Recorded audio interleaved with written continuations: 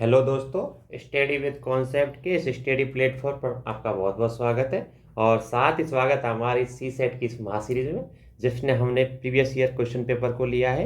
और 2015 के question paper में हमने अभी तक 67 तक क्वेश्चन करा दिए गए हैं। इसमें हमने मैथ्स और रीजनिंग वाले पार्ट को लिया है, कॉम्प्रिहेंशन वाले पार्ट को नहीं लिया दोस्तों। तो हम आगे बढ़ते हैं। अब 68 क्वेश्चन क्या कह रहा है। क्वेश्चन को पहले तो आराम से पढ़िए। क्वेश्चन क्या कह रहा है, अपराह्न 6 बजे से 7 बजे के बीच किसी समय किसी घड़ी की मिनट की सुई घंटे की सुई से 3 मिनट आगे है। ये आपसे कहा है ये बात, ठीक है। और फिर ये ऑप्शन दे दिए कौन सी बात सही है, ठीक है। देखो, सबसे पहले बात यह है कि इसे अगर मैथमेटिकल तरीके से करेंगे तो टाइम बहुत जाएगा। एक बात तो होती है कि घड़ी हर एग्जाम हॉल में होती जाता है, या फिर हम घड़ी लेके जाते हैं, ये तो है। तो आप क्या करेंगे, ऑब्जर्वेशन से इस क्वेश्चन को करेंगे। कैसे? जैसे हमने मान लिया घड़ी बना ली, ये घड़ी है, ठीक है। अब क्या कह रहा है, 6 और 7 के बीच का समय, ठीक है। 6 बजने का मतलब है कि एक घड़ी की जो सुई है बड़ी वाली घंटे वाली है, 6 यहाँ पे होगी। और 6 अगर बजा है तो इसका मतलब ये वाली सुई है, ये 12 पे होगी, तभी तो 6 बजेगा। ये तो आपको पता है। अब क्या बोला है कि भाई, और ये 7 बजे दोनों के बीच का टाइम है, क्योंकि 6 और 7 के बीच का टाइम का है। एक बार तो फिक्स है, 6 और 7 के बीच का टाइम है, ठीक है। लेकिन हम जब 6 ये 12 पे जो सुई है, ये जब 6 पे आएगी इधर, मतलब 30 मिनट का वो जो यात्रा करेगी घड़ी की जो सुई है, मतलब 6:30 पे आएगी, ठीक है। तो यहाँ पे आएगी कहीं ना कहीं। जब ये यहाँ पे आएगी तो ये जो सुई है ना, ये यहाँ पे पहुँच जाएगी कहीं ना कहीं, यहाँ पे पहुँचेगी, यहाँ पे पहुँचेगी।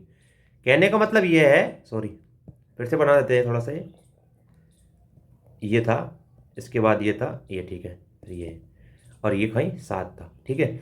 अब देखो, एक बात मैंने आपको भी बताई थी कि 6 और 7 के बीच का टाइम बताया है इसमें। तो ये तो है कि जब ये 12 से 6 के यहाँ तक आएगी तो ये 6:30 हो जाएंगे। अब एक बात हमसे कही थी कि भाई 6 और 7 के बीच का टाइम है, ये तो मान लिया हमने। तो जब ये 6:30 बजेगी ना कहीं ये जो सुई है दूसरी वाली जो आई थी, इसकी वजह से छोटी वाली सुई है ना घंटे की, एक मिनट रुको दोस्तों थोड़ा सा, यहाँ पे आएगी 6 और 7 के बीच में। तो यहाँ कितना होता है, ये 5 मिनट का अंतर होता है। ये 6:35 हो रहे, यहाँ पे 7 पे, और यहाँ हो रहे 6:30। अब ये बीच में आई कहीं ना कहीं, अगर ये बीच में आए तो हम मान लेते हैं यहाँ पे 6:33 पे आ गई, ठीक है। क्योंकि थोड़ी सी आगे तो आएगी, ये तो नहीं है कि वो पीछे जाएगी, बल्कि आगे ही आएगी, 3 मिनट आगे आगे मान ले। अगर 3 मिनट आगे आ गई और इसमें दे भी रखा है कि सुई घंटे की जो है, दे भी रखा है किसी घड़ी की मिनट की सुई घंटे की सुई से 3 मिनट आगे, अगर 6:33 तक आ गई, इसमें 3 मिनट और जोड़ेंगे हम तो कितना हो जाएगा, 6:36। तो 6:36 होगा उसका आंसर दोस्तों। इसका आंसर होगा सी। देखो, अगर ये समझ में नहीं आया तो फिर से बता देता हूँ थोड़ा सा। ये क्वेश्चन थोड़ा समझने मतलब ऑब्जर्वेशन वाला क्वेश्चन है, ऐसे कोई मतलब ऐसे तो हम मैथमेटिकल तरीके से करेंगे तो क्वेश्चन नहीं होगा, मतलब टाइम बहुत खाएगा। हमसे बोला है कि भाई टाइम दे रखा है हमको 6 से 7 के बीच में, हमने 6 बजे का टाइम मान लिया, ठीक है। अगर 6 बजे का हम टाइम मानते तो इसका मतलब ये है कि जो दूसरी सुई है वो 12 की होगी, जीत होगी 12 पे होगी, ठीक है। अब एक बात हम मान लेते हैं भाई, अगर वो 6 बजे 12 पे है तो 6:30 बजे वो 6 की सीध में आ जाएगी, यहीं पर आ जाएगी। अगर ये यहाँ पे आती तो आपको पता होगा, जब कोई चीज़ जो घड़ी की सुई और मिनट की सुई आती है ना, घंटे की सुई, तो ये थोड़ा सा आगे खिसक जाती है। खिसकती है नहीं खिसकती, आप देखना कभी ढंग से, हल्का सा आगे खिसक जाती है। अगर ये 6 और 7 के बीच में हल्का सा आगे खिसकी तो यहाँ हम मान लेते हैं 6:33 का समय। अगर ये 6:33 का समय है तो आपको पता है कि 6:33 का समय हमसे बोला भी है, इसमें 3 मिनट आगे है, तो हमने 6:33 में 3 जोड़ा तो 6:36 हो गया। तो इसका आंसर आ गया दोस्तों 6:36, सी आंसर दोस्तों। अगर अभी भी आपके समझ में नहीं आया हो दोस्तों तो आप क्वेश्चन पूछ सकते हैं, अगली वीडियो में बता देंगे इसको दोबारा, ऐसी बात नहीं है। ये क्वेश्चन थोड़ा लॉजिकल क्वेश्चन होते हैं, इसमें कोई मतलब समझने वाली होती है बात, लेकिन इसमें कोई ज़्यादा टाइम लगना नहीं चाहिए। अगर आप पे होता है तो आप कीजिए, अगर आपको ये लग रहा है कि भाई टाइम खाए तो आप आगे बढ़िए, क्योंकि ये छोटे से क्वेश्चन दिखते तो छोटे से हैं, लेकिन आप ढंग से अगर ऑब्जर्वेशन के साथ नहीं करेंगे तो क्वेश्चन में टाइम भी लग जाएगा और आपका क्वेश्चन का आंसर भी गलत होगा। ये ध्यान रखें दोस्तों। ये सबसे बड़ी बात है कि हम एग्जाम हॉल में छोटे क्वेश्चन को समझ के, मान लें छोटे क्वेश्चन है, ये देखने में छोटा है और आप जल्दीबाजी में करके ना आप गलत कर सकते हैं क्वेश्चन। तो आप एक टाइम देखना, अगर ये हो रहा है तो ठीक है, और नहीं बैठा तो आप आगे बढ़िए, ऐसे क्वेश्चन में उलझे मत, क्योंकि टाइम चल जाता है, सबसे बड़ी बात ये। ठीक है, अगला क्वेश्चन देखते हैं। जो अगला क्वेश्चन है दोस्तों, ये परम्यूटेशन और कॉम्युनिकेशन का फिर से आ गया। ये मैंने आपको पहले भी बताया था, इस वीडियो से पहले भी बताया था, 2-3 क्वेश्चन पहले आ चुके हैं और ये आगे आते रहेंगे, ऐसी बात नहीं है यहीं तक है, आगे भी आएंगे दोस्तों। अब इसे करते हैं 69 वाले क्वेश्चन को। क्वेश्चन क्या कह रहा है, 5 कार्य 5 व्यक्ति है। ठीक है, कार्य एक या तो व्यक्ति एक अथवा दो नहीं कर सकता, मतलब नहीं दिया, सॉरी नहीं दिया जा सकता। कार्य एक जो है उसे व्यक्ति एक को और दो को तो नहीं दिया जाएगा, ये बात कह दी। ठीक है, कार्य दो या तो व्यक्ति तीन अथवा व्यक्ति चार को दिया जाएगा, और कार्य जो दो है वो व्यक्ति तीन को या चार को दिया जाएगा। ठीक है, दिया जाना है, चाहिए, हर व्यक्ति को एक न एक कार्य दिया जा रहा है। ठीक है, कार्य कितने तरीके से दिया जा सकता है, संभावना पूछ ली, कितने तरीके से दिया जा सकता है, तरीके पूछे। ठीक है, हम क्या करेंगे दोस्तों, ये दे दिया T1, T2, T3, T4 और T5, ये तो हो गया, हो कार्य हो गए। ठीक है, अब ये व्यक्ति हो गए, एक व्यक्ति, दो व्यक्ति, तीन व्यक्ति, चार व्यक्ति, पांच व्यक्ति। ठीक है, पहले पढ़ते दोबारा, क्या दे रखा है, पहला क्या दे रखा है, कार्य एक या तो व्यक्ति एक अथवा दो को नहीं दिया जाता। तो कहने का मतलब क्या है भाई, कार्य जो है ये एक को नहीं दिया जा सकता और दो को नहीं दिया सकता। ठीक है भाई, ये तो नहीं दिया जा सकता। फिर क्या कह रहा है, कार्य दो या तो तीन को अथवा चार को दिया जा सकता है। तो कार्य दो है ना, कार्य दो ये तीन को इसकी चीज में कर देते हैं और चार को तो दिया जाएगा। ठीक है, बात ये भी आ गई। और हर व्यक्ति क्या करेगा, एक ने एक कार्य करेगा। ठीक है, अगर एक बात फिक्स है भाई, अगर एक और दो को नहीं दिया जा सकता तो इसका मतलब ये तो है, अगर एक और दो को नहीं सकता तो इसका मतलब किसी और को तो दिया जाएगा, किसी और को तो दिया जाएगा ना। तो हम मान लेते हैं भाई, दो तो ये आ गए, तीन और चार को तो दिया गया, तो तीन और चार का मतलब क्या है, दो जनों को तो दे दिया गया काम। ठीक है, अब हमसे एक बात और बोली है इसने, क्या बोली है कि सबको कोई ना कोई कार्य दिया गया है, सबको कोई ना कोई कार्य दिया गया है। ठीक है, अगर दो को दे दिया गया तो बचे कितने, तीन बचे, तीन तो बचे। ठीक है, लेकिन कहीं ना कहीं अगर एक और दो को नहीं गया तो दो और तीन, तीन और चार को दे दिया गया, अब बचा कितना, एक, पांच और बच रहा है, तो पांच को भी दिया गया होगा ना कहीं ना कहीं, तो पांच को भी दिया गया कोई कार्य।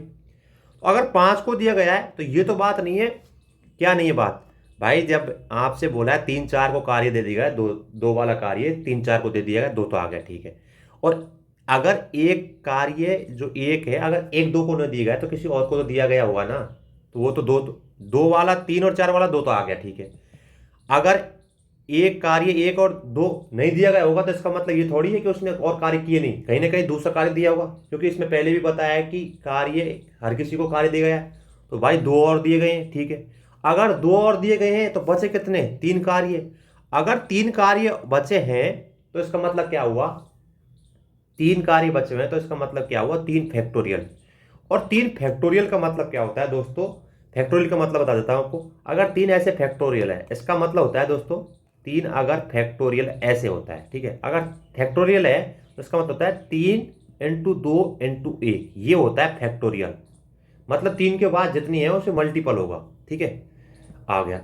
अब देखो दोस्तों, जब हमने दो इंटू दो किया, अगर तीन फैक्टोरियल खोलेंगे हम आगे तो तीन इंटू दो इंटू एक किया, जब हम ऐसे करेंगे तीन दूनी छः, छः दूनी बारह, बारह दूना 24 तरीके आएंगे ऐसे, तो इसका आंसर आएगा दोस्तों सी।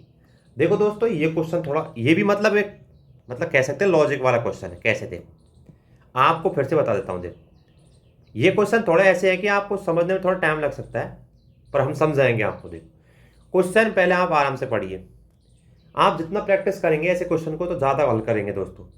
पांच कार्य दे गए हैं, पांच व्यक्ति हैं। ठीक है, कार्य एक या तो व्यक्ति एक को अथवा व्यक्ति दो को नहीं दिया गया है। एक बात बोलिए, व्यक्ति एक को या दो को नहीं दिया गया है, तो हमने मान लिया कार्य लिख दिया इधर और इधर व्यक्ति लिख दिए, तो T1 जो है वो एक को और दो को नहीं दिया गया, हमने क्रॉस कर दिया। ठीक है, अगला बोला है कार्य दो या तो तीन को या चार को दिया गया, कार्य टू है ये तीन और चार को दे दिया गया। ठीक है, और हर व्यक्ति कोई ना कोई कार्य कर रहा है, ये भी ठीक है, हमने मान लिया। अब एक चीज़ बताऊँ आपको, 3 और 4 को दिए गए, इसका मतलब 2 तरीके तो ये हो गए, ठीक है। अगर कार्य एक जो है 1 और 2 को नहीं दिए गए हैं, तो इसका मतलब ये थोड़ी है कि 1 2 कार्य नहीं दिए गए, तो इसका मतलब ये थोड़ी है कि वो कार्य नहीं करेंगे। इसमें बोला भी गया है कि कोई ना कोई सब व्यक्ति है ना कोई कार्य करेंगे, तो इसका मतलब ये हो गया कि 2 व्यक्ति हो, ये दोनों व्यक्ति कार्य तो करेंगे, एक कार्य नहीं करेंगे। इसका मतलब दो दो नहीं करेंगे, मतलब 2 और 3 नहीं करेंगे, तो मतलब 4 5 कर सकते हैं, ठीक है। 4 5 कर सकते हैं, कोई सा कार्य कर सकते हैं, तो इसका मतलब 2 हो गए। 2 तो ये हो गए 3 और 4 वाले, 2 ये हो गए 1 और 2 वाले। अगर एक कार्य नहीं करे, इसका मतलब थोड़ी नहीं करेंगे, 4 5 कर सकते हैं कार्य तो, ठीक है। अब बचा क्या, अगर भाई 2 कार्य इनने कर लिए, तो बचा कितना, 3 ही कार्य बचे ना। 3 ही कार्य बचे कि नहीं बचे, 3 कार्य बचे, 3 तरीके से बचे, मतलब एक प्रकार से 2 कर लिया तो बचा है कि 3 बचे। क्यों, एक फिर से बताता हूँ, क्योंकि जब एक बात तो है, ये तो आपको पता है कि 2 कार्य कर लिए तो 3 ही बचेंगे। अब 3 फैक्टोरियल क्यों लेंगे हम, भाई ये कहीं ना कहीं दो दो बंदे हैं, कहीं ना कहीं लगे हुए हैं कार्य, तो 3 फैक्टोरियल लेंगे हम इस प्रकार। बचे जो को 3 फैक्टोरियल। फैक्टोरियल को अभी बताया था, फैक्टोरियल का मतलब था इसके बाद की संख्या है। जब 3 फैक्टोरियल तो 3 × 2 × 1, जैसे हमने ये लिया 2 × 2 × 3 × 2 × 1 किया, तो ये आया 24 तरीके से हम कार्य कर सकते हैं। तो इसका आंसर आया दोस्तों सी। इसका आंसर आया 69 का आंसर आया सी, 24 तरीके। और दोस्तों अगर अभी भी आपको क्वेश्चन समझ में नहीं आ रहा, तो फिर से बोल रहा हूँ आपसे, क्वेश्चन फिर से पूछ सकते हैं आप। ये थोड़ा क्वेश्चन ऐसे होते हैं कि इनको ना बड़ा ध्यान से करना पड़ेगा आपको, इसमें थोड़ा सा वो भी नहीं कर सकते, गलत भी हो सकता है ऐसे क्वेश्चन। क्यों हो सकते हैं कि आपको एक ऑब्जर्वेशन कर रहे हो आप, मतलब ऐसे वो जिसने क्वेश्चन में बताया उस हिसाब से आप क्वेश्चन कर रहे हैं, बस फिर आंसर आ जाएगा। अगला क्वेश्चन देखते हैं दोस्तों, ये रेशियो एंड प्रोपोर्शनल का है, अनुपात और समानुपात जो टॉपिक है इससे लिया गया है क्वेश्चन, और ये हर साल क्वेश्चन आता है, इसका फिक्स है। पीटर और पोल की मासिक आय दे रखी है, कोई पीटर है और दूसरा पोल है, इसकी क्या मासिक आय दे रखी है, उनका अनुपात दे रखा है 4:3। मासिक ये तो है इनकम, ठीक है, और उसकी व्यय का अनुपात ये एक्सपेंडिचर व्यय 3:2 दे रखा है, ठीक है। यदि मास के अंत में प्रत्येक व्यक्ति 6,000 रुपये बचाते हैं, बचत दे रखी है सेविंग, ये दे रखी है 6,000, ठीक है। बचाते हैं तो मासिक आय पूछिए, देखो सीधी सी बात है, इन दोनों के बीच में अंतर है ना, कितने इकाई का अंतर है, 1 इकाई का अंतर है, 1 यूनिट का अंतर है। अगर 1 यूनिट का अंतर है, 1 यूनिट बराबर बचत दे रखी है दोस्तों 6,000, ठीक है, 6,000 दे रखी है, तो इसका मतलब क्या हुआ, इनकम पूछी हमसे दोनों की, तो पीटर की इनकम क्या होगी, देखो पीटर है, इसका अनुपात दे रखा है इनकम का 4, 6 × 4 करेंगे 2400 हो गया, सॉरी 24,000 नहीं 2400, ठीक है, 2400 को नहीं 24,000 है, 6,000 दे रखा है ना, 24,000 आ गया, ठीक है।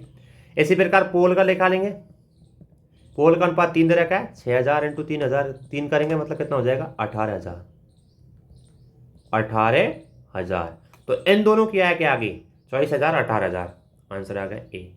क्योंकि यूनिट के मतलब इसमें अंतर 1 का ही है, अगर 2 का होता तो 2 के यूनिट निकालते, 3 का होता तो 3 यूनिट लगाते, अगर अंतर अलग अलग होता तो फिर हम अलग तरीके से करते। तो भाई देख, अनुपात दे रखा है इनकम का, मासिक इनकम का कितना दे रखा है, 4:3 दे रखा है, एक्सपेंडिचर का दे रखा है 3:2 दे रखा है, फिर सेविंग दे रखी है 6,000, इकाई कितनी है, एक यूनिट बराबर 6,000 है। पीटर की आय कितनी है, आय का अनुपात 4 था, 4 से मल्टीपल किया 6 को, 24,000 आ गया। पोल को किया, पोल का 18,000 आ गया, ऑप्शन देगा तो 24,000 18,000 कौन से में, ए में, तो इसका आंसर आ गया ए। ऐसे क्वेश्चन आपका आंसर आ गया दोस्तों। ये सेविंग, बचत, इनकम, एक्सपेंडिचर, यहाँ आप कॉन्सेप्ट पढ़े होंगे कहीं ना कहीं, तो वहाँ से ये क्वेश्चन, ऐसा कोई लेंदी क्वेश्चन नहीं है। अगला क्वेश्चन देखते हैं 71 क्वेश्चन। देखो 71 क्वेश्चन है, उसको पढ़िए आप। क्या दे रखा है, 2 शहर हैं ए और बी, एक दूसरे से 360 किलोमीटर की दूरी पर है, ठीक है। 2 शहर दे दिया ए और बी, ठीक है, बात ए और बी है, कोई शहर है, ये ए है ये बी है, ठीक है, और इनके बीच की दूरी है ना वो 360 कितना है किलोमीटर है, ठीक है भाई, हो गया बात। कार ए बी से कार ए से बी तक 40 किलोमीटर की चाल से चला रहा है, भाई कोई है ये 40 किलोमीटर की चाल से चला रहा है, पर हार की चाल से चला रहा है, ठीक है। फिर ऐसे कह रहा है कि 60 किलोमीटर की चाल से फिर लौट रहा है, वापस आ रहा है ना, तो 60 किलोमीटर की चाल से आ रहा है, ठीक है। तो पूछा है कार की औसत चाल। एक बात तो आपको पता है, दूरी समान है दोनों की, बस ये है कि जाते टाइम वो 40 किलोमीटर की चाल से चल रहा है, आते टाइम वो 60 किलोमीटर की चाल से। अगर एवरेज जो औसत चाल है, स्पीड है, एवरेज स्पीड निकालते हैं तो उसका एक फॉर्मूला होता है, औसत चाल जब क्या है, दूरी समान हो, जब होता है 2s1 s2, मतलब मल्टीपल में, upon s1 + s2। s1 s2 का मतलब है वो स्पीड कितनी थी, तो 2 × जाते टाइम 40 की थी, आते टाइम 60 की थी, ये किया हमने, अपॉन 40 + 60, ये किया। तो क्या आया दोस्तों, ये हमने किया तो ये आ गया 2 × 40 × 60 अपॉन 100 आया नीचे, क्योंकि जोड़ा हमने 40, दोनों कट के 0 कटे, तो क्या आ गया, 6 चौका 24, 24 दूना 48, तो 48 किलोमीटर पर हार की औसत चाल है उसकी। देखो दोस्तों, हमने कुछ नहीं किया, हमको बताया 2 शहर थे ए और बी। ए देखो, ए बी हमने शहर मान लिए, फिर हमसे बोला है 360 किलोमीटर की उसकी दूरी थी, ये हमने ये मान लिया। फिर कह रहा है जाते टाइम 40 किलोमीटर की थी, आते टाइम 60 किलोमीटर की है, और हमसे पूछा है औसत एवरेज चाल पूछा है, एवरेज स्पीड पूछी है।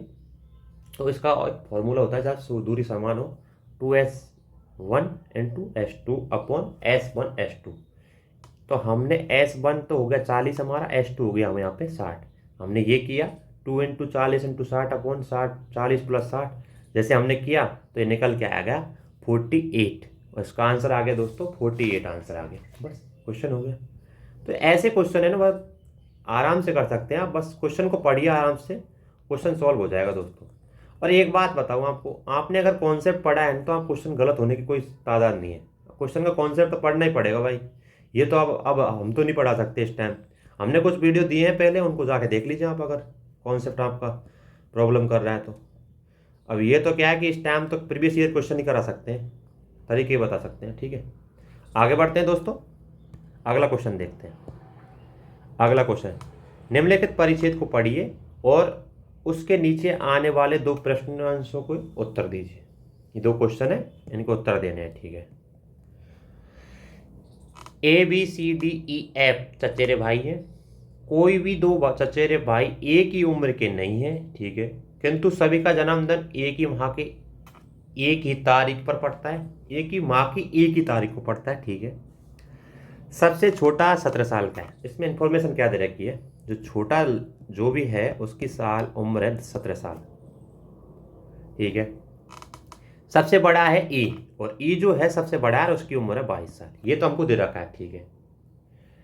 एफ उम्र में कहीं बी और डी के बीच में है, ए बी से उम्र में बड़ा और सी डी से उम्र में बड़ा, ए सी से 1 वर्ष बड़ा, ठीक है। ये इंफॉर्मेशन दे रखी है, तो हम क्या करेंगे दोस्तों, हम ये बनाएंगे, हमसे बोला है ई सबसे बड़ा है, हमने ई मान लिया यहाँ पे, और ई कितना माना है 22 साल का, ठीक है। अब देखो, अब क्वेश्चन को पढ़िए आप, अगर क्वेश्चन को पढ़िए, इसमें क्या दे रखा है, एफ उम्र में कहीं बी और डी के बीच में है। एफ जो है ना, एफ जो है वो कहीं उम्र में किससे बड़ा है, एफ जो है कहीं उम्र में बी और डी के बीच में है, बी और डी के बीच में है, तो हमने मान लिया बी यहाँ मान लिया और डी यहाँ मान लिया, तो एफ कहीं ना कहीं यहाँ पे है, हमने वो माना है, क्योंकि 2 तरीके से होगा, मतलब इसमें 2 वैसे बनेंगे, जो हमने ये बनाया एक दूसरा बनाएंगे ऐसे ही, क्योंकि संभावनाएं बता रहे ना, पूरी तरह से तो नहीं कह सकते ना, ठीक है।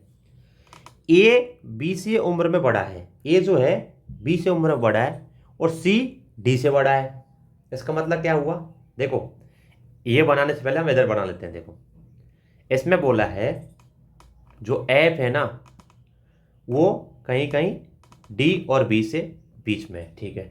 फिर क्या बोला है हमसे, ए जो है बी से उम्र में बड़ा है और सी डी से उम्र में बड़ा है, तो इसका मतलब क्या हुआ, इसका मतलब ये हुआ ए जो है ना, ये ऐसे जमेगा, ए जो है वो दे रखा है ना सर, ए बी से बड़ा है और सी डी से बड़ा है, सी जो है डी से बड़ा है, ठीक है, ये आ गया। तो और ई तो यहाँ पे है ही है, ये तो आपको पता ही है, ये तो है ही है।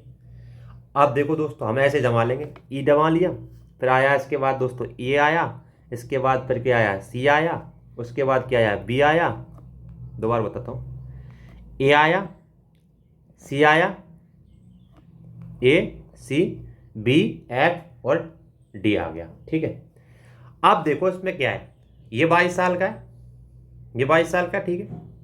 इसका मतलब ये 21 का होगा, ये कितने का होगा, ये 20 का होगा, ये कितने का होगा, ये 19 का होगा, और एफ कितने का होगा, 18 का होगा, और सबसे छोटा क्या है, ये 17 का होगा, क्योंकि सबसे छोटा की उम्र बता रखी है ना हमको यहाँ, और सबसे बड़े की बता रखी है। लेकिन इसमें एक प्रॉब्लम है दोस्तों, क्या प्रॉब्लम है, अब ये जरूरी नहीं कह सकते कि बी यहीं आएगा और डी यहीं आएगा, ये हो सकता है कि डी यहाँ पे आ जाए और बी यहाँ पे आ जाए, ये भी हो सकता है। तो इसका दूसरा एक और बनेगा, क्या बनेगा, डी यहाँ पे आ सकता है और एफ यहाँ और फिर वी यहाँ आएगा, तो इसका फिर यहाँ आगे बनेगा क्या होगा, ई ए सी, एक तो बना ई ए सी डी, ई ए सी बी एफ डी, एक तो ये बना, और एक बना ई ए सी डी एफ बी, ये बना। मतलब दो सिचुएशन हो सकती है, क्योंकि सीधी सी बात, संभावना दो हो सकती है इसमें बनाने में, जरूरी नहीं कि वो डी भाई यहीं आए, ऐसा इसमें दे नहीं रखा कहीं, जैसे हमको सिचुएशन दे रखी है उसके हिसाब से बताया मैंने। ठीक है, अब देखो दोस्तों, ये तो बन गया। अब क्वेश्चन में आगे क्या दे रखा है, निम्नलिखित में से कौन सा संभव हो सकता है। ठीक है, संभव पूछा है, ए दे रखा है, ए ऑप्शन क्या दे रखा है, डी, ये देखते हैं थोड़ा सा, 20 साल का है, डी जो है 20 साल का है। ठीक है, ये तो नहीं हो सकता, डी 20 साल का है, डी देखते हैं हम भाई, डी, अब डी का तो कंफर्म ही नहीं हो रहा ना, कहाँ पे रखे हम उसे, पर ये तो नहीं है भाई, डी तो नहीं है 20 साल का, क्योंकि 20 साल का तो सी है ना, सी को तो कह सकते हैं भाई 20 साल का है, लेकिन डी के बारे में कह ही नहीं सकते। बी है, बी ऑप्शन क्या दे रखा है, एफ जो है 18 साल का है, एफ देखते हैं हम 18 साल का, अच्छा एफ 18 साल का है यहाँ पे भी, और यहाँ पे भी हम देख रहे हैं जो एफ है वो 18 साल का है, क्योंकि एफ की तो जो एफ की है दोस्तों, एफ की जो स्थिति है वो फिक्स है, वो जैसे बी और डी की फिक्स नहीं है ना, लेकिन एफ की तो फिक्सन भाई, देखो 22 साल का ई है, फिर 21, फिर 20, फिर 19, तो एफ बचा वो 18 साल का। हाँ ये बात सही है, तो बी क्या है दोस्तों, ये 18 साल का है। एफ 19 साल का है ये भी नहीं कह सकते, एफ 20 साल का है ये भी नहीं कह सकते, क्योंकि 20 साल का नहीं 18 साल का है। तो इस प्रकार दोस्तों इसका आंसर आया बी, एफ 18 साल का। दोस्तों ये क्वेश्चन थोड़े से ना इसलिए लेंदी हो जाते हैं, आप यदि इनको जमा नहीं पाए, अगर आप जमा नहीं पाए ना, तो ये आपको गलत हो सकते हैं। तो बी आ गया इसका आंसर। सभी 6 चचेरे भाई बढ़ते हुए उम्र में आधार पर तर्कसंगत रूप से कितने अनुक्रमों में जमा सकते हैं। अभी हमने आपको बताया था, दो तरीके बताए थे, वो इधर वाला बताया था, एक बी डी यहाँ आ सकता है या डी बी यहाँ आ सकता है, हमने आपको बताया था ये से, मैंने वो मिटा दिया थोड़ा सा, तो इसलिए इसका आंसर दोस्तों बी होगा। दो तरीके से हो सकते हैं, इसलिए इसका आंसर दोस्तों बी होगा। अभी आपको बताया ना मैं, दो तरीके से हो सकते हैं वो, तो वही कहा है इसमें। ठीक है, इसका आंसर आएगा 2, और इसका आ जाएगी ऐप का भाई वो 18 साल का ही था। ठीक है, क्योंकि इसका आंसर आ गया ये वाला। ठीक है, अगर ये क्वेश्चन फिर समझ नहीं आए, क्योंकि ऐसे क्वेश्चन क्या, अगर आप डायग्राम बनाएंगे उसके हिसाब से अगर जमाएंगे तो आप क्वेश्चन को कर सकते हैं। अगर डायग्राम आप पे गलत बन गया तो क्वेश्चन गलत हो सकता है, लेकिन संभावना 2 हो सकती है, इसमें संभावना 2 हो सकती है, आपको बताया भी था मैंने अभी, उसी के हिसाब से बता रहा हूँ। ठीक है, आगे बढ़ते हैं। आगे क्वेश्चन क्या है, किसी समाज में यह रिवाज है कि एक ही लिंग के मित्र मिलते समय एक दूसरे से गले मिलते हैं। मतलब एक ही लिंग, जैसे पुरुष है, पुरुष मतलब मेल है, और मेल से मिलेगा तो गले मिलेगा। ठीक है, और विपरीत लिंग के मित्र एक दूसरे से हैंड शेक करते हैं, हाथ मिलाते हैं। ठीक है, पार्टी में मित्रों की एक समूह में मिलने पर 24 हाथ मिलाए, 24 हाथ मिलाए, मतलब हाथ मिलाना मतलब यह है कि मेल और फीमेल मिला रहे हैं हाथ, और अगर मेल मेल है या फीमेल फीमेल तो गले लग रहे हैं, ये है इसका मतलब। ठीक है, पूछा है निम्नलिखित में से कौन सी एक संख्या गले लगने की संभावित संख्या है, इंगित करता है। यही परमुटेशन कम्युनिकेशन का गया। देखो हैंड शेक कर रहा है, जैसे हैंड शेक कर रहा है, देखो आपको बताता हूं क्वेश्चन को, जैसे हैंड शेक कर रहा है, हैंड शेक कर रहा है 24 ने, ये आपको बताया, और इसमें हो सकता है मेल और फीमेल, क्योंकि हैंड शेक तो मेल और फीमेल करेंगे ना, विपरीत लिंग वाले करेंगे। ठीक है, ये आपको बता रखा है। ठीक है, 24 यहाँ दे रखा है, हैंड शेक कर रहे हैं, चॉइस दे रखा है, तो इसका मतलब क्या हो सकता है कि 12, इसका मतलब ये तो होगा 12 × 2, मतलब 12 मेल है और फीमेल कितनी है, 2 है। इसी प्रकार चॉइस का एक और फैक्टर क्या हो सकता है, 8 × 3, मतलब 8 मेल है 3 फीमेल है। इसका तीसरा कौन सा हो सकता है फैक्टर, 6 × 4, 6 मेल है 4 फीमेल है। अब चॉइस इंटू 1 तो नहीं हो सकता।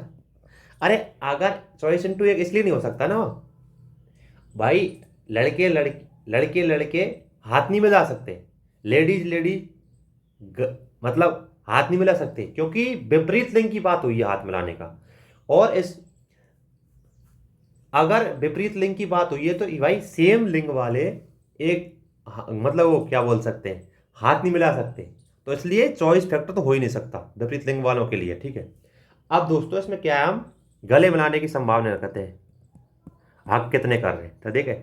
अब ये देखो, ये हम फैक्टर वो लेंगे, वो क्या बोलते हैं इसका, देखो 12C2+, ये देखेंगे फीमेल का 2C1, एक तो ये हो गया। ठीक है, अगला देखते हैं, यहां से ले रहा हूं मैं 8C2+, यहां से ले रहा हूं 3C2।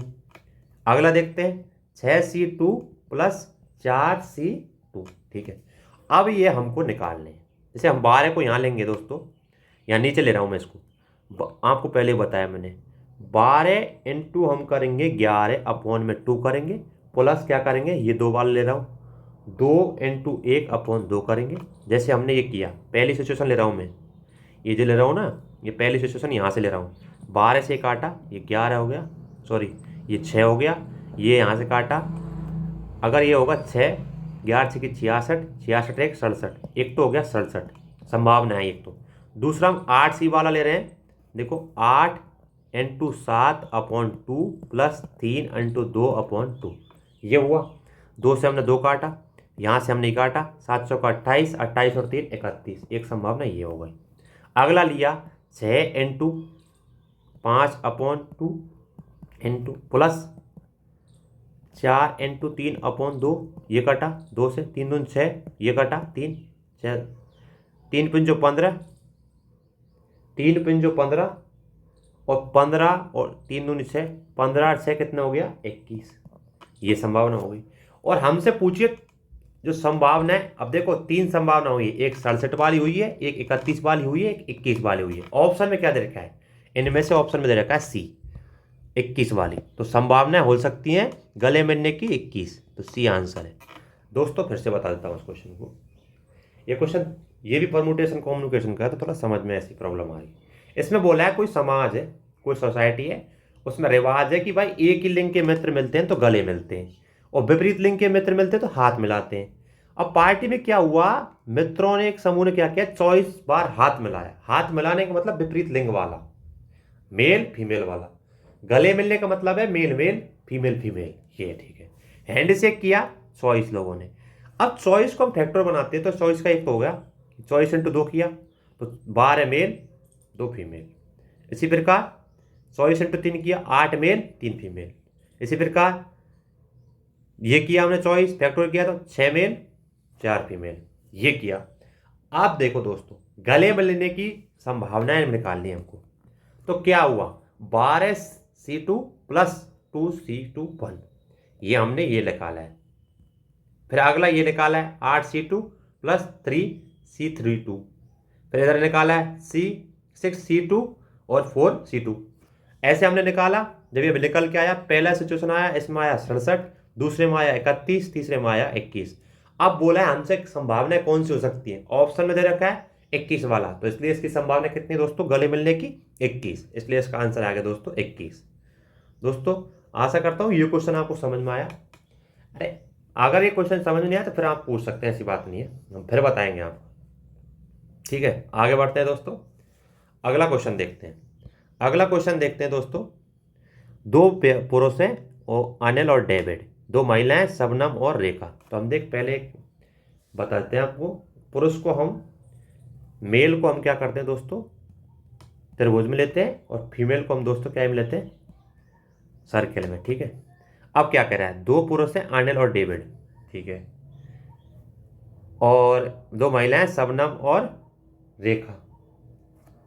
तो भाई अनिल और डेविड को लिया हमने, ये अनिल है,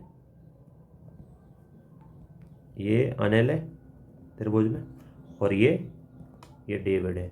इसी प्रकार फीमेल को लिया, ये शबनम है और ये कौन सी है, रेखा, ठीक है, ये ले लिया, ठीक है। अब क्या है, देखो सिचुएशन क्या दे रखी है, एक विक्रेता समूह में है, केवल दो व्यक्ति तमिल है, ये बताया आपको, दो व्यक्ति तमिल है, ठीक है, और दो मराठी है, ठीक है। इनमें से केवल एक पुरुष और एक फीमेल, एक पुरुष, एक तो मेल और एक फीमेल, ये कार चला सकते हैं, कार ड्राइवर है, ठीक है। शबनम और डेविड, सॉरी, कार चला सकते हैं, शबनम मराठी है, शबनम है ना, ये कौन सी दूसरा कलर ले लेते हैं, ये मराठी है, ठीक है।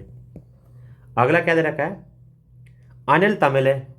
अगर अनिल तमिल है, अनिल तमिल है, तो क्या होगा, जो दो डेविड है ये मराठी है, क्योंकि इसमें दो ही दो रखा है ना, कि दो मेल और दो फीमेल, ये मराठी, डेविड मराठी हो जाएगा। इसी प्रकार शबनम मराठी है, तो इसका मतलब रेखा क्या है, ये तमिल है, क्योंकि दो तमिल और दो तमिल और दो मराठी है इसमें, इसलिए बताया मैंने, ठीक है।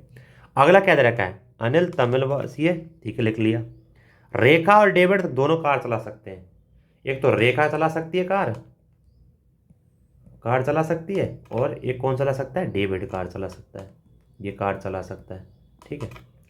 अब इसमें कथन दे रखे हैं, उस पर सत्य कौन सा है, दोनों तमिल भाषी जो है कार चला सकते हैं। भाई तमिल भाषी कौन कौन से हैं, एक तो रेखा है और एक अनिल है, तो दोनों कार तो नहीं चला सकते, रेखा रेखा चला सकती है, तो ये तो गलत बात है। दोनों मराठी भाषी कार चला सकते हैं, मराठी भाषी कौन कौन है भाई, एक शबनम है, एक डेविड है, ये भी नहीं है, कार नहीं चला सकती, क्योंकि डेविड चला सकता है लेकिन शबनम नहीं चला सकती। दोनों कार चलाने वाले मराठी भाषी है, मराठी भाषी शबनम है और डेविड है, दोनों, ये भी नहीं है, ये भी गलत। कार चलाने वालों में से एक तमिल है, हाँ ये बात बिल्कुल सही है, कार चलाने वालों में से एक जो है वो तमिल है, बिल्कुल है, रेखा तमिल है यहाँ पे, तो इसलिए इसका आंसर आएगा दोस्तों डी। देख लो, हमने जो आपको एक कंडीशन दे रखी थी उसको हमने सॉल्व किया, हमने कोई अलग से यहाँ पे कुछ अलग से किया नहीं है, जैसी कंडीशन दे रखी थी हमने उसी आधार पर आपको बता दिया, बस क्वेश्चन का आंसर निकल के आ गया, 75 का डी आंसर है, ठीक है। अगला क्वेश्चन देखते हैं। अगर आपको समझ में नहीं आता तो आप फिर से पूछ सकते हैं, ऐसी बात नहीं है कि हमने एक बार बता दिया फिर नहीं बताएंगे, बताएंगे हम, जब तक आपको समझ में नहीं आएगा तब तक हम बताते रहेंगे, बस आप पूछिए। जैसे कल परसों वाले वीडियो में मैडम ने पूछा था तो हमने बताया, तो वही आप भी पूछना, अगर नहीं आ रहा समझ में तो इसमें क्या है, फिर बताएंगे। जितना प्रैक्टिस करेंगे उतना क्वेश्चन ज़्यादा होंगे दोस्तों, ऐसी बात नहीं है, प्रैक्टिस तो करनी पड़ेगी खुद को। इसमें क्या है, एक 76 क्वेश्चन देखो, एक समतल में रेखा एक्स वाई के अनुलंब है, एक समतल है एक्स है, ये वाई के अनुलंब है, अनुलंब का मतलब होता है ऐसे, ठीक है, और फिर समांतर का मतलब होता है ऐसे, भाई इसके हुई, ठीक है, अनुलंब का मतलब ऐसे बता दिया, ये एक्स है और वो वाई था, ठीक है। और जेड और रेखा जेड समांतर है, रेखा जेड समांतर किसके, एक्स के, ठीक है, एक्स, ये जेड समांतर है, ठीक है।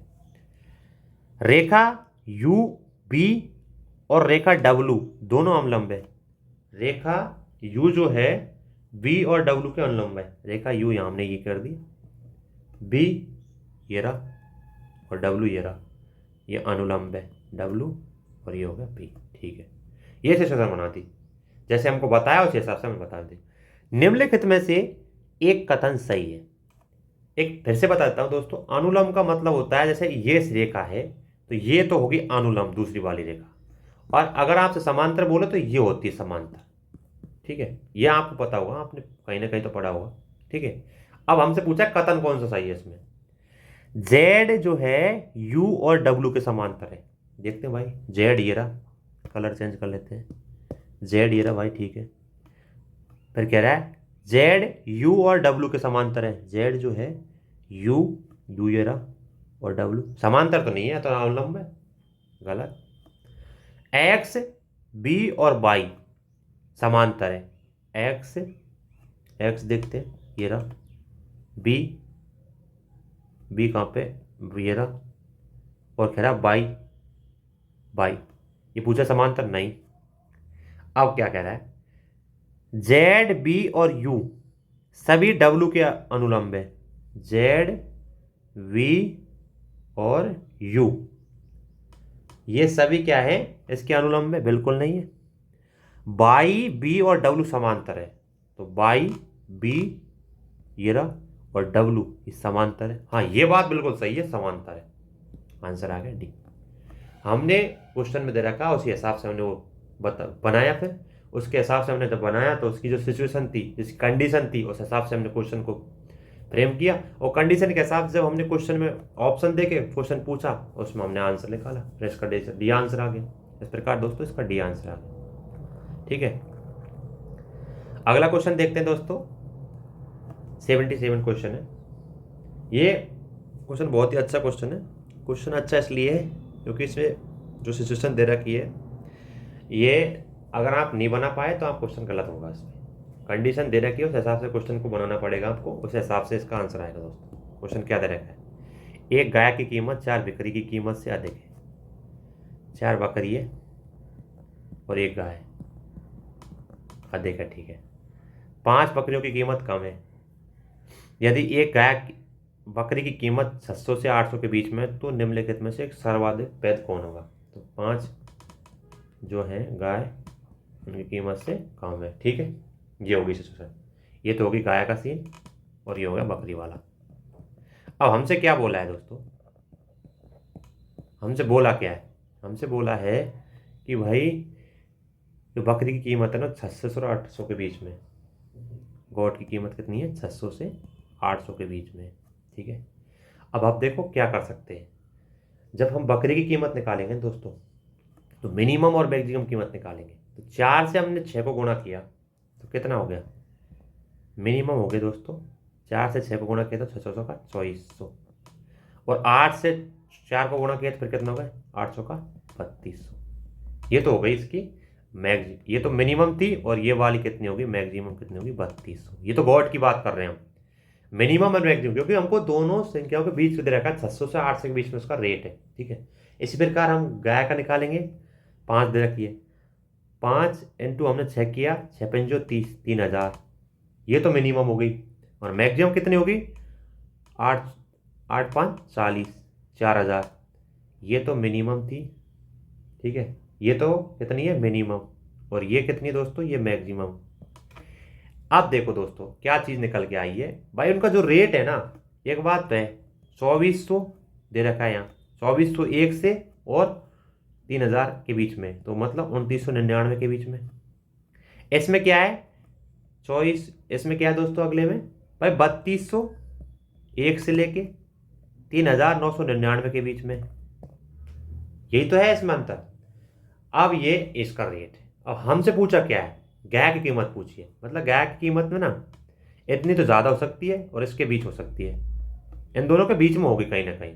अब देखते हैं हम, एक गाय की कीमत 25 से अधिक है, एक गाय की कीमत 25 से अधिक है भाई, ये तो कंफर्म नहीं कर सकते हम भाई, 2400 से और 2999 के बीच में हो सकती है, ये तो नहीं कह सकते हम, गलत। एक गाय की कीमत 3600 से कम है, अब ये भी नहीं कह सकते भाई, इनके बीच में है ये, ना कि बिल्कुल इससे कम हो सकती है, एग्जैक्ट नहीं है ये, गलत। फिर क्या कहा है, एक गाय की कीमत 26 से 38 के बीच में, नहीं भाई, कैसे 26 से 38 के बीच में भाई, 24 से 3000 के 4000 के बीच में है, 26 से नहीं है, तो ये भी गलत। अगली दे रखा है कि एक गाय की कीमत 2400 से और 4000 के बीच में, हाँ ये बिल्कुल सही है, यहाँ 2400 था, यहाँ 4000 था, 2400 से था और यहाँ 4000 था। हाँ ये जरूर है कि भाई 2400 से लेके और 4000 के बीच में कहीं ना कहीं तो है गाय की कीमत, तो ये आंसर आ गया दोस्तों डी, बस इसका आंसर आ गया। जैसे हमसे क्वेश्चन बोला है हमने वैसे वैसे इसका जमाया है और आंसर आ गया। मिनिमम और मैक्सिमम रेट निकाल ली, फिर इसका आंसर आ जाएगा दोस्तों, इसका आंसर आ गया डी, ठीक है। आगे बढ़ते हैं दोस्तों, अगला क्वेश्चन देखते हैं 78 वाला। एक समाज में केवल दो प्रकार के लोग रहे, एक योद्धा और एक कायर है, ठीक है। दो कायर हमेशा दोस्त होते हैं, ठीक है। एक योद्धा और कायर दुश्मन होते हैं, ठीक है। योद्धा एक दूसरे के उदासीन है, ठीक है।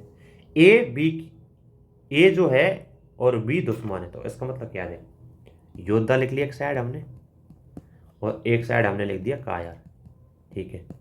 अब देखो कंडीशन क्या दे रहा है, क्या क्या रहा है, ए और बी दुश्मन है, तो इसका मतलब एक तो योद्धा है और एक ये दुश्मन है, तो इसका मतलब ये तो हो गया एक योद्धा एक कायर है, ठीक है। ए और बी लिख लिया। फिर क्या है, सी और डी दोस्त हैं, सी और डी दोस्त हैं, इसका मतलब कायर है, ठीक है। अगला क्या दे रखा है, दोस्त है। ई और एफ उदासीन है, ई और एफ उदासीन है मतलब वो योद्धा है, क्योंकि कंडीशन वहां दे रखा है उसके हिसाब से हम बता रहे हैं यहाँ, ठीक है। ये जम गया, ठीक है। ए और ई दुश्मन नहीं हो सकते, ए और ई दुश्मन नहीं हो सकते, हाँ बिल्कुल नहीं हो सकते, क्योंकि एक ही चीज़ है ना ये भाई, योद्धा योद्धा है ना। दुश्मन कब होते हैं, जब विपरीत होते हैं, योद्धा और कायर होते हैं, बिल्कुल नहीं हो सकते, सही बात है। जबकि बी और एफ दुश्मन है, हाँ बी और एफ दुश्मन है, बिल्कुल दुश्मन है। क्यों दुश्मन है, एक कायर एक योद्धा है, बस कंडीशन जम गई। पूछा निम्नलिखित में से कौन सा कथन सही है। बी बी सी एफ कायर है, बी सी एफ कायर है, गलत भाई। बी और सी तो कायर लेकिन एफ नहीं है, तो ये गलत।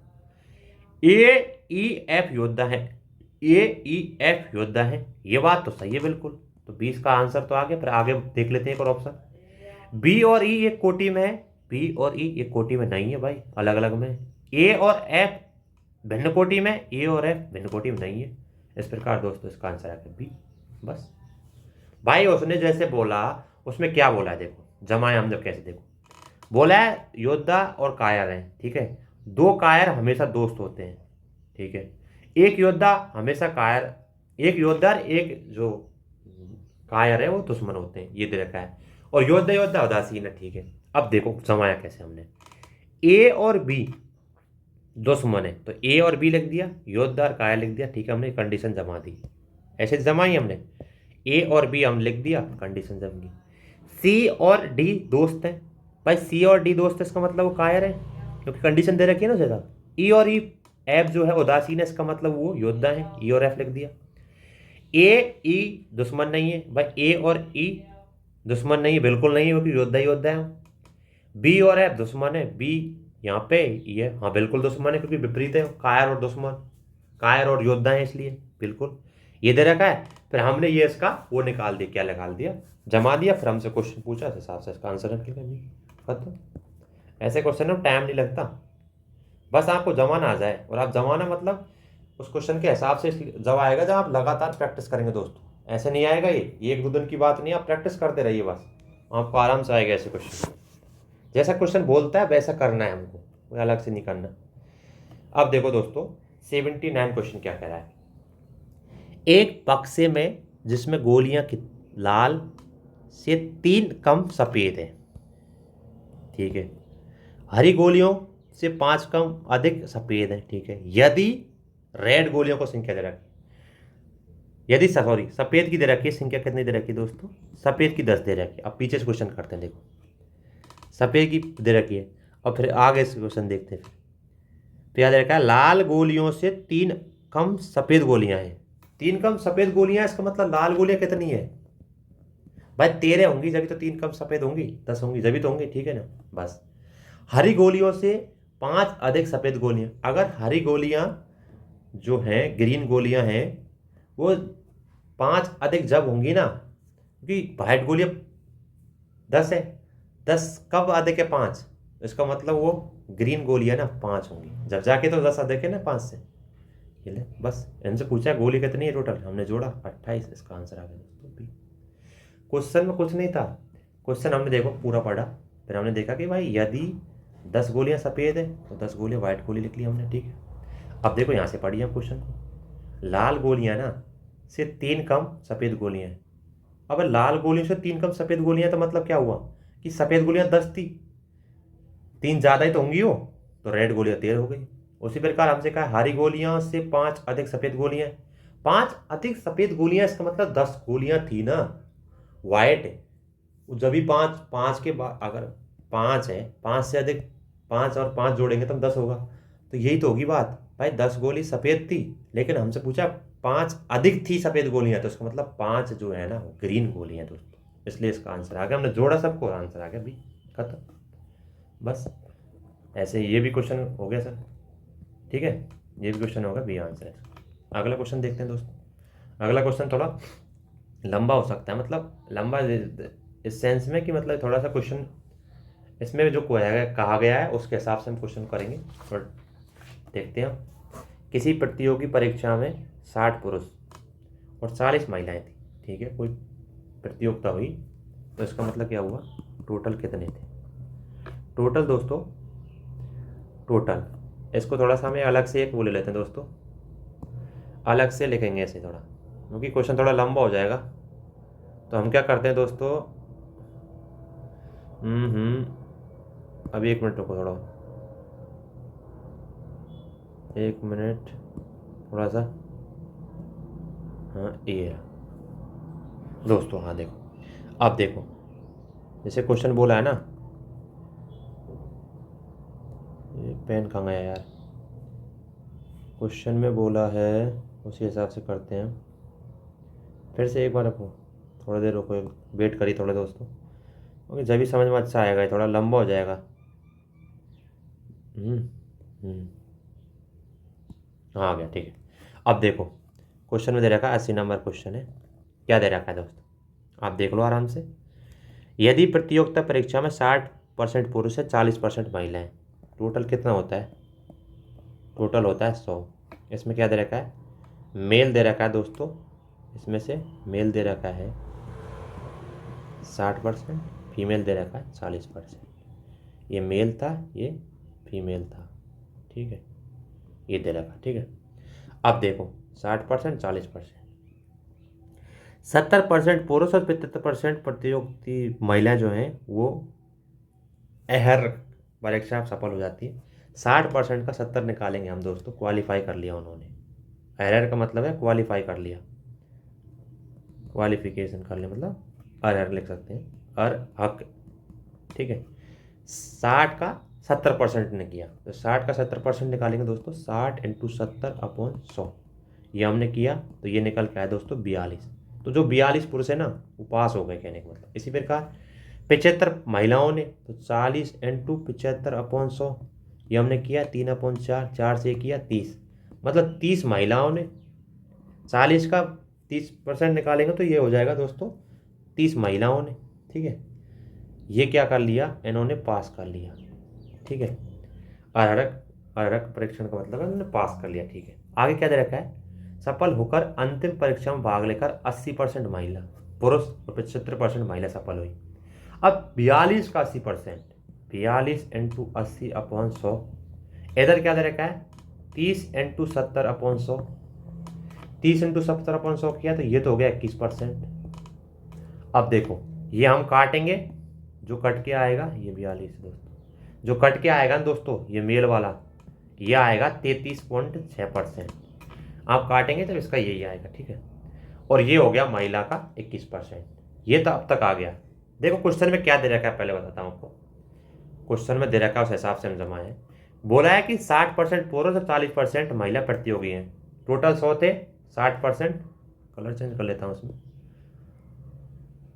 ये क्वेश्चन समझ में आना चाहिए क्योंकि ऐसे क्वेश्चन बहुत आते हैं यूपीएससी में, ठीक है। 100 थे, 60 ये हो गए, 40 हो गए, ठीक है। ये तो हो गया कि भाई इन्होंने तो परीक्षार्थी थी ये, ठीक है। फिर कह रहा है 70% पुरुष 75% महिला प्रतियोगिता में पास हो गई, सफल हो गए। 60 का 70% निकाला हमने, ये आया दोस्तों, ये 42 आया, और इसका निकाला हमने 75%, ये 30 आया, ठीक है।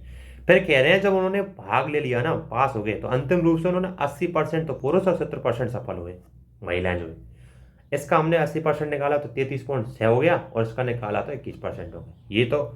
ये तो मेल का हो गया और ये फीमेल का हो गया, ठीक है, ये आ गया।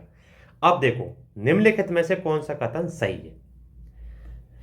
महिलाओं में सफलता दर उच्चतर है, महिलाओं में सफलता दर उच्चतर है, नहीं, क्यों नहीं है दोस्तों, महिलाओं में देख सीधी सी बात है, अगर हम सफलता दर निकालेंगे, नहीं सफलता दर निकालेंगे तो भाई देख ये 33.3 है और ये कितनी 21%, महिलाओं तो नहीं है।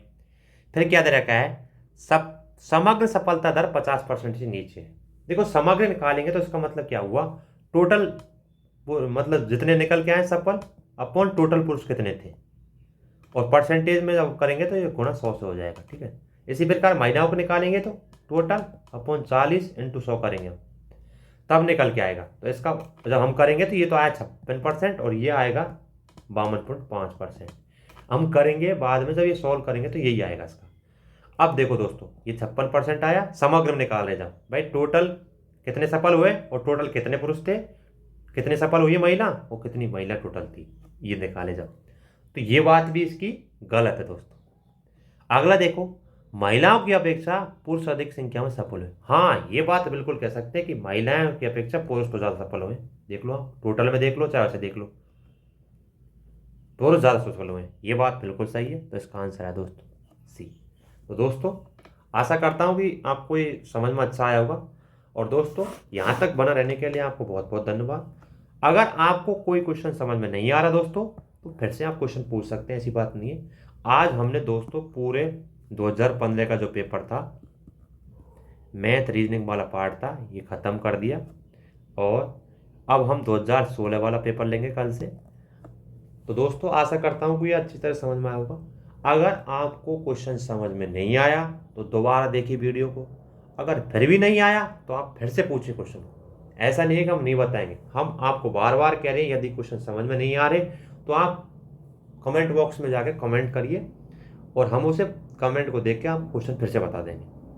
ऐसे क्वेश्चन यूपीएससी में आए इसलिए हम थोड़ा ज़्यादा टाइम ले रहे हैं। अब सबसे बड़ी बात क्या है कि दोस्तों ये बात है कि यदि हम क्वेश्चन कर रहे हैं यहाँ हमसे हो भी रहे हैं, लेकिन आप प्रैक्टिस नहीं करेंगे तो क्वेश्चन नहीं हो पाएंगे दोस्तों यहाँ तक बना रहने के लिए बहुत बहुत धन्यवाद, और आगे भी हम ऐसी चीज़ लाते रहेंगे। कल से 2016 का पेपर लेते हैं आपसे, और आप इतना ही कहते हैं कि आप लगातार बने रहिए हमारे साथ, और ज़्यादा से ज़्यादा इस वीडियो को शेयर करें, लाइक करें, सब्सक्राइब करें, कमेंट बॉक्स में कमेंट ज़रूर करें, और अपने दोस्तों को ज़्यादा से ज़्यादा शेयर करें, सबसे बड़ी बात है। और यही है बस, यहाँ तक हमने बना रहने के लिए बहुत बहुत धन्यवाद।